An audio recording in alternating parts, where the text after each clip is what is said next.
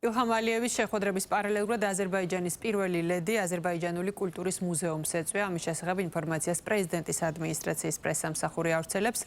მასთან ერთად მუზეუმში საქართველოს პირველი ლედი თამარ ბაგრატიონი და საქართველოს კულტურის მინისტრიც იმყოფებოდნენ. სტუმრები მუზეუმის ისტორიას გაეცნენ, ასევე დაათვალიერეს საექსპოზიციო სივრცე და ახუნდოვის კულტურის ცენტრი, სადაც შეხვედრები გამოფენები და სხვადასხვა კულტურული ღონისძიებები იმართება. მუზეუმი 1982 წელს დიდი აზერბაიჯანელი დრამატურგის, საზოგადო მოღვაწის და მწერლის 170-ე წლისთავთან დაკავშირებით გაიხსნა.